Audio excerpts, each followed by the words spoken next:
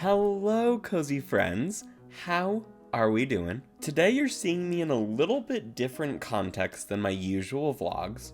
Don't worry, you're in the right place. I am not streaming. But on my streams, every first stream of a new month is called Budget Bucket Besties, where I find a game that is $10 or less, whether on sale or just outright. I play it for the first time live on that stream only, give my initial thoughts, and then later in my Discord I put a longer review sharing my thoughts, my feelings, and anything else from an initial playthrough kind of perspective.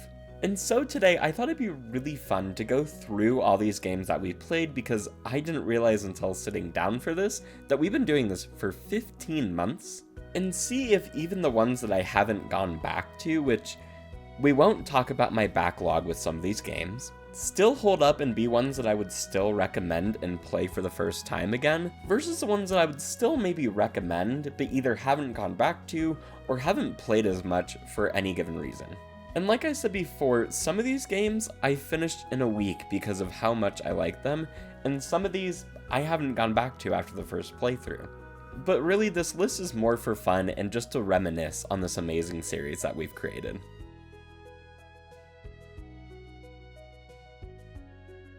Now, before we jump into the first game that we ever played for this series, let's talk about the ranking system I created for myself.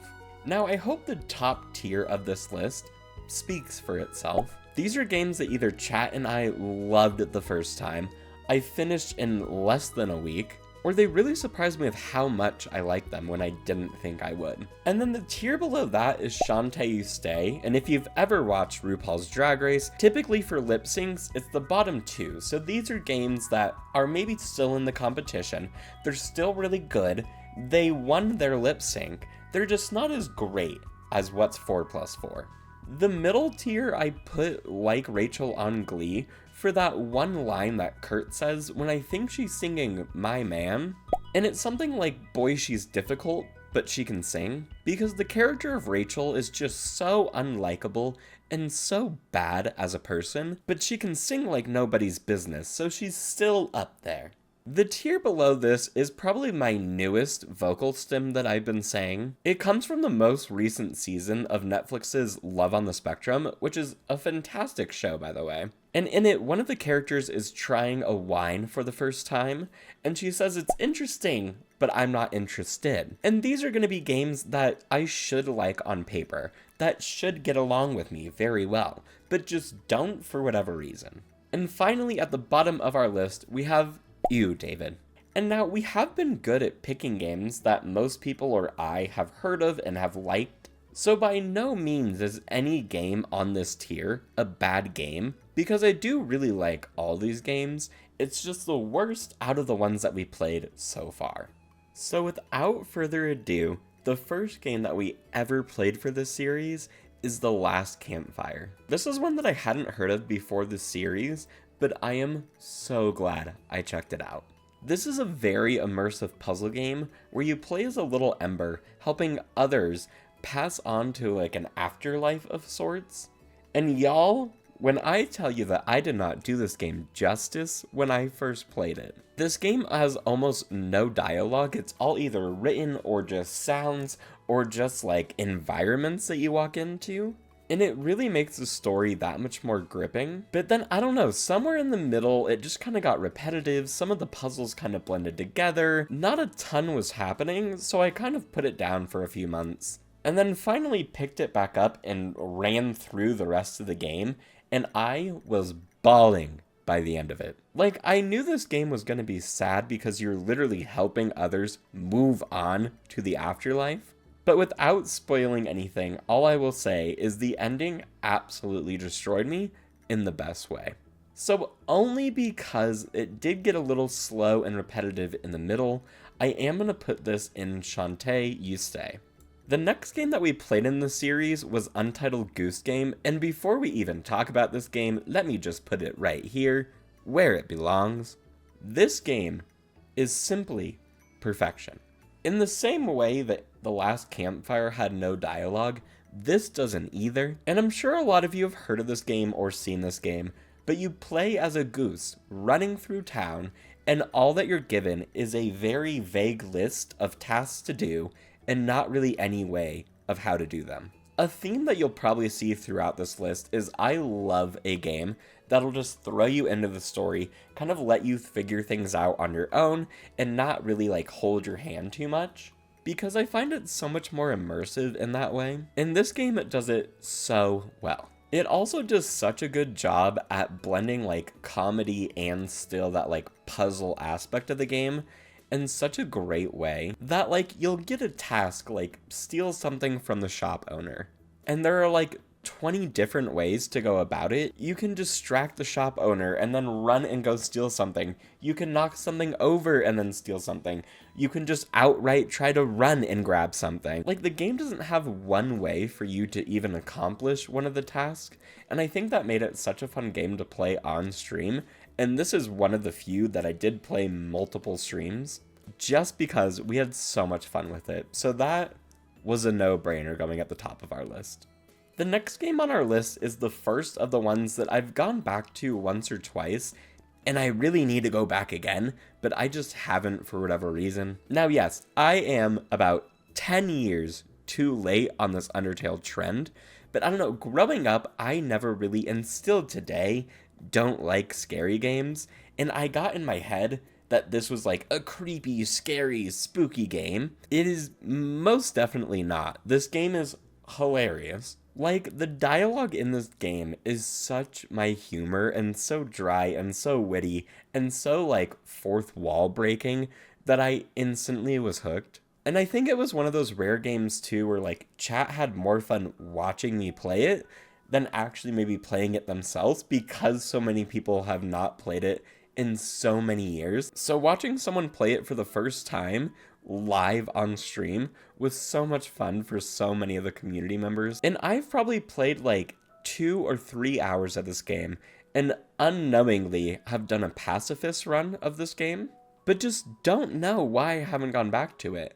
I think when we did play this game, there was a lot of other cozy games that were coming out at that time, so it probably just got lost in the shuffle. I'm gonna be real, that's kind of why I wanted to make this video too, is to go back and see what games I need to play more. So because of the writing, because of the cool gameplay, because of the amazing characters and amazing story, I'm gonna put this right under The Last Campfire and Shantae You Stay. The next 2 games that I'll talk about, we didn't play one right after the other, but they are the only 2 that I played out of a series of games, and that's Turnip Boy Commits Tax Evasion and Turnip Boy Robs a Bank. Now, we played Turnip Boy Commits Tax Evasion first, and it was a community recommendation. I had never heard of this series before someone told me about it, and I'm gonna be so real, I don't even know what to say about these games without spoiling anything, because I feel like these games are best if you don't know anything going in. Because really, Turnip Boy Commits Tax Evasion is as silly as it sounds, because in it, you are a turnip who lives in a town full of other garden plants, and you don't want to pay your taxes. And that is all I'll say without spoiling too much or giving away too much of the story. But these 2, I feel like probably more than any other game on this list, is one that is so much fun to play either with someone else or on stream if you are a streamer.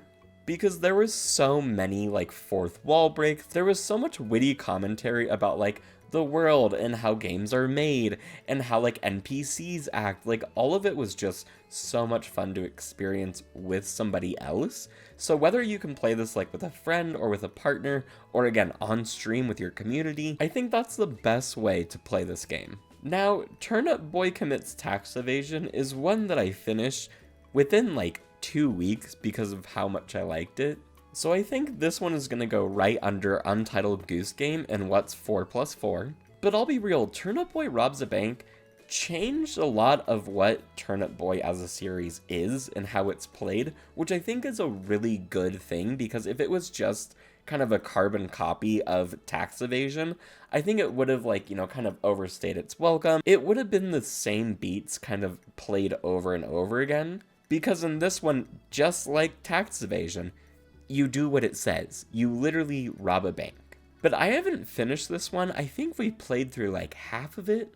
but it just didn't grip me in that same way because I think it's a lot more repetitive, and I think a lot of people would like that because in it you have a set time that you need to figure out, like where you want to go, what valuables you want to steal, like where there are secrets to be had. But then you need to escape in that same time, upgrade your gear, buy new guns, buy new weapons, all those things, and then go back in it again. And so I feel like this one I would go back to, and I probably will, but it's going to be lower on my list just because of that repetitiveness. So I'm going to put this one the lowest that we have so far. I'm so sorry, but it's going to go in interesting, but I'm not interested.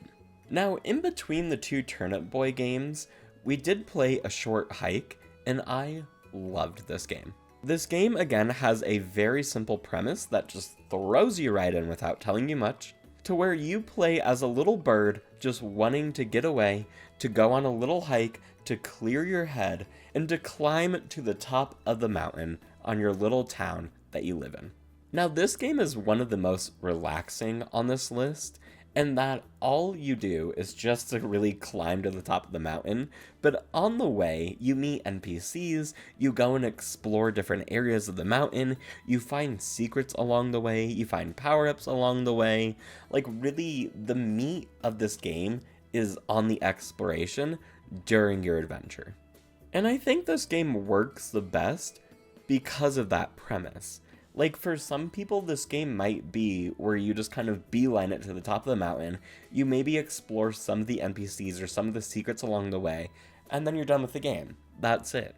But for some people, including myself, you get lost in this world and you get so immersed in finding every little secret. You go back and talk to an NPC after you finish their quest. You go get distracted for 20 minutes trying to play a game with some kids on a beach.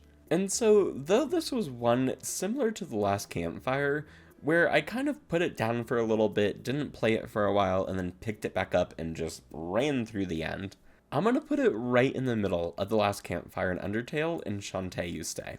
The next game that I played for this series, again, just like Untitled Goose Game, I'm just gonna put that there. I do still think Untitled Goose Game probably will have the top spot in this list, if I'm being honest. But y'all, if you have not heard of The Gardens Between, let me put you on something.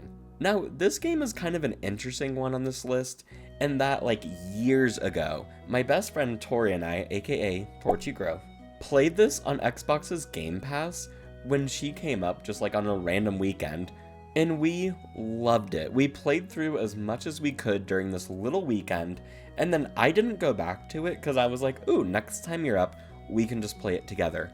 And then tragedy struck when this game was taken off the Game Pass, and I just forgot about it, Tori forgot about it, and we never went back to it. So then cut to like years later, when I'm looking for games to play for this series, and I find this little gem in the store once again, I knew it was meant to be. So this game, get the counter ready, is one of those games where it throws you in without telling you anything. But what I really appreciate about this game is that there is no dialogue. There is no spoken words between characters. It is all like a visual novel. Because this is a puzzle game where you play as two characters who are kind of reliving their memories from when they were younger, and you kind of help them using the power of like time travel and kind of forwarding and reversing time in order to make these memories whole again. And the mechanic of forwarding and reversing time seems like one that would get really repetitive, and it might for some people, but for me it was just so cool in how they used it, and how they have these like larger than life sort of puzzle areas that you explore that just make every puzzle feel so different and so important to the overall story that I will share again, made me cry by the end of it. Alright, almost halfway through our list, the next one that we played was Good Pizza, Great Pizza. Now, when you were younger, if you played Diner Dash, if you played any of the Papa's like Freezeria or any of those games, you are going to really enjoy this game. Because in it, you literally just run a pizza shop where you take people's orders, you can decorate the little shop with the money that you make, and it really is just a game where you get to meet all these really unique and fun characters, do all these really cool things with the shop, and try to do it as fast as you can to make as much money as you can. But I feel like this game, just because I played it on stream, has to go in the like Rachel on Glee. But let me explain. Like I said, I'm only putting this game on this tier because I streamed it rather than just playing it by myself. Because I think this is the perfect like airplane, car ride, brain off, no Wi-Fi sort of mobile game that people would really enjoy. And don't get me wrong, I love a good brain off game. I love a game that I don't have to think about. I can just kind of tap and do what I need to do and just turn off my brain and really just relax. But personally, I only play those games every so often, or when I am doing like a road trip or a plane ride. I don't really play them outside of that, so though this is really good, like Rachel singing on Glee, it just maybe isn't the best one for me. Now, the next one that I'm going to put on this list, I'm almost scared to put where I'm going to put it, and I am so sorry. Let me apologize to everyone beforehand, but I'm so sorry. Spiritfarer has to go in. Interesting, but I'm not interested, and I mean it as the biggest compliment, please know this.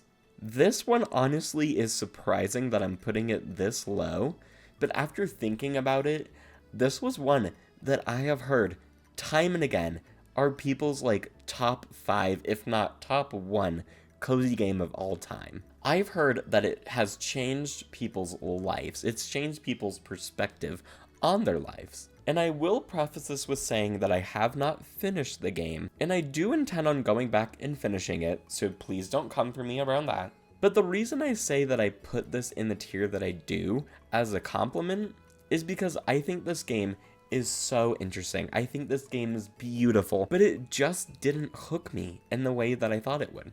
Like, on paper, I should love this game. This game and I should be best friends. But I don't know if it's just because I haven't gotten really like sucked into the game, if I haven't explored as much as I need to, but I find myself while playing it almost like forcing the emotions out of myself of like, oh, I should feel sad or I should feel nostalgic. And I feel like it's hurting me just actually playing the game. So again, I don't think it's anything that the game is doing. I think I'm just not connecting with it in the way that I thought I would. On a slightly more positive note, let's talk about Tiny Glade. Tiny Glade is a beautifully rendered little sandbox game where all you do is just build a little town, build a little shire, build a little house. Just really build to your heart's content with no real goal in mind. And now one thing to know about me is I am very type A. I love an end goal. I love something to work towards. Like me and Stardew and working towards the community center, it's great. It's everything that I need. So I think only because this game is just so open and it doesn't really vibe with the types of games that I usually play or like, I'm going to put it in the bottom of Shantae You Stay, because this game is still amazing. This game is still so aesthetic, so like ASMR friendly, so just like a vibe anytime that I need it. And it's one that I've gone back to on multiple occasions just to like build something, just to see like a new thing that I haven't explored. But I think the lack of like a goal or the lack of like completion, I guess, is keeping me from putting it in 4+4. Alright, now we're getting to the games that we played very recently that are still very fresh in my mind, with the next one being Lil Gator Game. Now, this is one that I heard of many times before actually picking it up and playing it, because I've heard it's very similar to like the vibes of Untitled Goose Game, or like Turnip Boy series type of vibe, where it's more like silly, more comical, more just kind of like a fun brain-off game that still has the things that I would like a story, like completion, like all those other things. But I'm gonna be honest, this one I just haven't gone back to. Similar to Undertale, I just feel like I just haven't had the time or the energy to go back to it, though I want to. So I think because of that, I'm gonna put it right above Undertale and Shantae You Stay, because this game is so cute and I want to explore more of it. I just, again, have not had the time nor the energy to invest in like really going back to it and exploring more of the world. Because like not only is the art style just adorable and one that I really enjoy, but getting those like little tasks to do in different areas or with different NPCs or different characters has kept me really entertained with the parts that I have played. I'm just excited to play it more. Alright, the next one on our list I feel like really took the cozy gaming space by storm, and that's Monami Lane. And I think the biggest selling point for this game is not only its price point, which is only like $5, but its aesthetic. And I feel like the best way to describe this game using games already on this list is if this was Tiny Glade, but with more of a progression system. And you know what, before we talk about it, before we do anything else, I'm putting this at the bottom of what's 4+4. Because though I don't think it beats out any of our other ones on this list, it still is a fantastic game for the price point and for what you're getting out of it.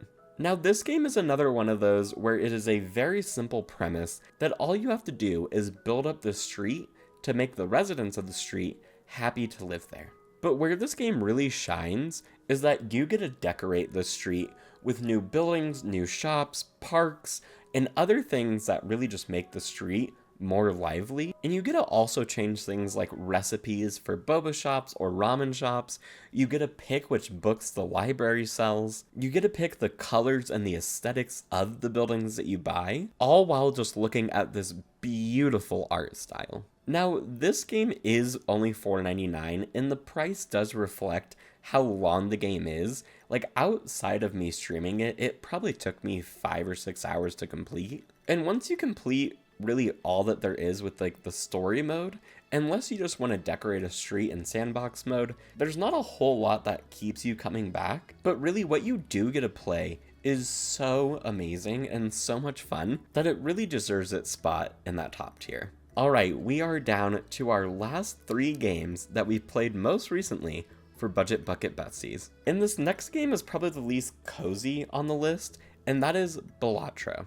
And let me just keep the streak going when we put things in this tier by saying nothing and just putting it right here. Now again, this being like a cozy game list, if you are not much of a strategy type person, of like a card game type person, then this game is not for you. I want you to skip ahead to the next game on this list. I will also say streaming this game as a cozy gamer also was just a little bit boring for my community because we don't play a lot of strategy games or card games.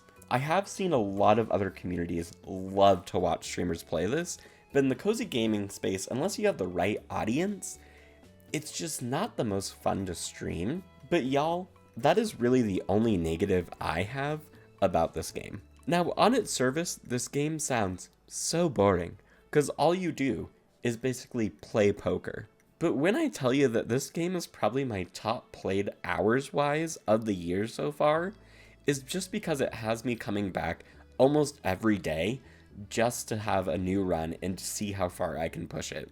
Because as you're playing poker, as you're getting higher and higher scores, there's these jokers and other like tarot cards and other things that really change up how like a normal deck is played. That really just like scratches an itch anytime that you get like a really high score or a really good joker or like really good synergies with your cards. It just has me coming back time and time again, and even playing with like friends or texting my friends that like I've completed this little game or I've completed this run, and it's just such an easy one to pick up and play for like 5 minutes or like an hour and a half. So again, definitely not for everyone, but if you've been wanting to give it a try, I would say at least try out a game, see how it goes, and if you end up liking it, then you're going to be hooked. I know you will. The next one on this list is Terraria, which again, I know I am like 18 years too late to this trend, but I was a Minecraft girly growing up, and I just never really made the transition from Minecraft to Terraria. And so because of this, I'm going to put this like Rachel on Glee, not because there's really anything inherently wrong with it, but just because it really hasn't grabbed me in the same way that like Minecraft or other games like it have. I will say though, this is definitely one that I want to play again on stream because booting this game up without seeing really anything for the past, like, however many years this game has come out, and then jumping in live on stream was one of the most funny ways to start this game out. You know, it's like when you see people play Minecraft nowadays for the first time, and they have no idea what to do, they don't know how to punch a tree, they don't know that they need a base at night. Like, take all of that and apply it to me when playing this game for the first time. Because not only am I trying to figure out what to do and how to do it in this game, but once night fell and those zombies came out and all the enemies started to come and I was dying over and over again, it was comical. I think this is one that I want to go back to, especially on stream again, but it's one that I just have not myself. Alright, and finally on this list, one that we just played like 5 days ago, is Urban Jungle, and this was one that was actually recommended to me by one of the people in my community, so you know who you are. Thank you for this recommendation. And I think I'm gonna put it at the very end of Shantae You Stay, because people in my community know that for years I've been looking for a game very similarly to like Unpacking or A Little Bit to the Left, and really haven't found something that scratches that same itch. But this one already, and it hasn't even been like a week, has scratched that itch for me. This game has a very similar concept to Unpacking, and that you go through different like time periods in your life, living in different places, learning more about like your character and like their life. But then also, to stay close to your grandma and your family, you buy and place these plants that all have different needs, that it kind of becomes like a puzzle of where do you place them, how do you place them around the room, maybe how do you move some of the objects in the room like Unpacking to make sure that all the plants are doing what they need to do. So though it's the newest one on this list, I'm putting it so high because already I want to go back to it, I want to explore more, I want to hear more about this person's story and their life, and also maybe learn some new things about plants. As someone who like can't take care of any living plant, learning more about them might help. And that is our list of the current Budget Bucket Besties games that we've played so far. I will say that I'm very happy we don't have to put anything in the bottom tier, but who knows, if you want me to keep doing this video series and putting more of our Budget Bucket Besties games on a ranking, let me know down in the comments. And I know too that a lot of these games that didn't really hook me have hooked so many other people, so if you want to sound off in the comments and let me know how wrong I am about a game, please do so respectfully, but down in the comments. And two, after making this list, it's very apparent that I need to go back to the majority of these games. So if you also want to see me play more of these games, make sure to follow me on my Twitch. And until I see you next, cozy friends, I will talk to you so stinkin' soon.